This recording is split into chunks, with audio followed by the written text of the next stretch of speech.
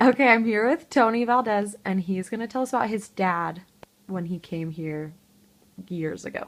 Years ago. Okay, Okay. so Tony, where's your dad from? So my dad is from Zacatecas, Mexico. Do you want me to explore more on that? What kind of a state it is? Sure. So Zacatecas is basically, I want to say, the Nebraska of America. So complete agricultural. There's really not much out there. It's just kind of little farms everywhere. I want to say the biggest city is the capital with maybe 600,000 people as of right now. So very, very small city, Wow. state, yeah. What made him want to come to America? Um, so he comes from a family of 8, and all the time they grew up, they were basically always on the farm. And so he did an education in Mexico, but that didn't really, that wasn't enough for him. So he wanted to come over here just to make some money, especially with him being the second eldest in his family. So when did he move here? He originally came over. He first crossed, I want to say, back in 80. Let's see, no, 83. Yeah, 83. So he would have been 19 years old when he came over the first time. Okay, so you said.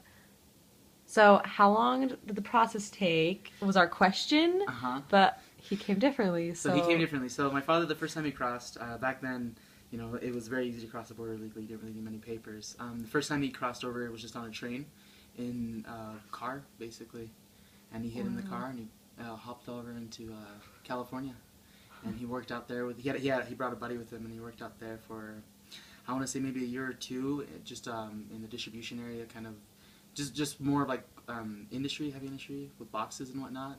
So just day labor. When did he come to Utah?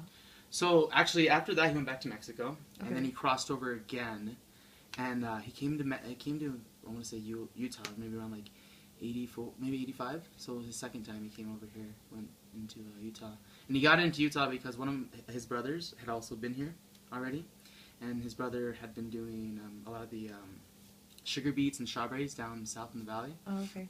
in southern Utah and helping with agriculture there.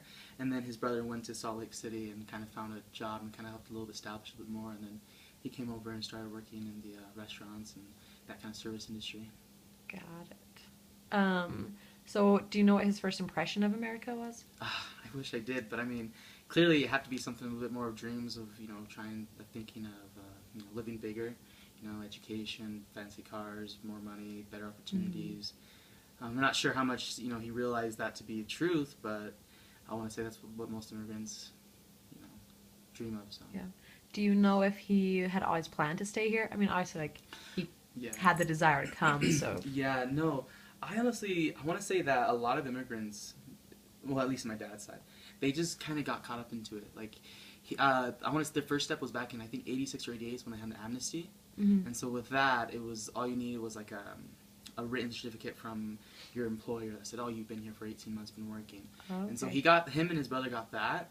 So I guess that maybe back in '86 when he decided to stay long term. Yeah. But ever since, just kind of been, you know, he had a wife back in Mexico, and then he had my family over here. So I just want to say that I got caught up in life and just decided to stay. Do you think he'd ever want to go back? At this point, I don't know. He's getting old. He's 50 years old already, and he's been working like a mule, so he is kind of tired. But he'll probably want to go back maybe within 10 to 15 years when there's some more Okay. financial security and we can actually do something out in Mexico. Yeah. hmm Do you know if he's ever treated differently? For sure, Well- clearly, completely. So back in the 80s, they were just day laborers, so they were second-class citizens almost, right? Because they didn't have any rights, right? So Yeah. you pay me, or I call the the INS, Yeah. and you get out it, and you're out of here, or ICE rather. So definitely, I want to say treated as a second-class citizen for most of his life, and then even now, now I want to say that that's resulted in him being a lot more self-conscious in the sense of what opportunities he has and knowing what opportunities he has and actually kind of taking advantage of them. Mhm. So like a lot of these old school kind of immigrants, they're at least my father and family, they don't really like to seek help out there because they're always afraid that, you know, because I mean they live their life on the run for however many Right. years. So it's like now that they're here and established, it's like, oh, you want me to get welfare aid, or you want me to, you know, do something that can benefit me, but I have to give you something. That's too much. That's too Yeah. risky. So I want to say, if anything, it's more of a self kind of what's that word? Can't really think right now. It's more brought onto yourself. It's Yeah, more yeah, that makes self-confident. sense. So is he a citizen now? Yeah, Like a so full. he was a citizen back and he got his papers in 88, 90, Okay. around there. Um, what citizenship do you have? Is it just What citizenship? are you Full like blown. full or are you like do you Me? have dual? Or him? You. Me, I'm full, just American. I could get my dual because he is Mexican, so Yeah. that will probably be happening very soon, hopefully.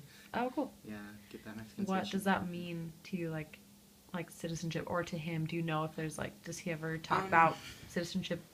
He's never talked about it with Meaning? me that much, at least with the Mexican citizenship, but with American citizenship, like, it means a lot, Mhm. especially in this first generation now. So, like, within my cousins, I have 36, and there's only maybe, like, 7 of us that are actually born here. So we're the Oh, actually ones wow. with the bigger opportunities to go to school Mhm. and do something like. So me actually wanting to pursue this 4-year degree, it's unprecedented in my family, Yeah. especially on the American side. Like, I'm probably the first one, even though I'm maybe like 18th place out of the 36 cousins. I'm probably the first one actually realizing and actually doing it. So he definitely he's very happy for it. He's very grateful for Yeah. it. So American citizenship is very like praised upon because like my cousin, she was she's 2 years my senior and she graduated high school, but then with college you can't get into college if you don't have an Right. SSID or anything like that. So she had to go back to Mexico, and she's been, which Wow. which is tough because she came over when she was first 10, so she's lived here. You know, she lived here 8 years. You know, basically grew here, accustomed to here, culture here, Yeah. everything, and then just to go back to Mexico, it's been pretty tough. On her. Yeah, that's hard. Yeah, and I'm sure that my father's happy that I have this opportunity. Yeah. To do Well, those are all the questions we have for you. it. Okay, Thank you. you're welcome. Do Appreciate you have it. any other ones? I don't think so. Any other like immigration topics, or we can cross reference in your class? I don't know. Any of these that like do you think would reference to you or your dad? No, not that I can really think of. I mean, no, not really. Okay, I think that's it. All right, bye. Thank you.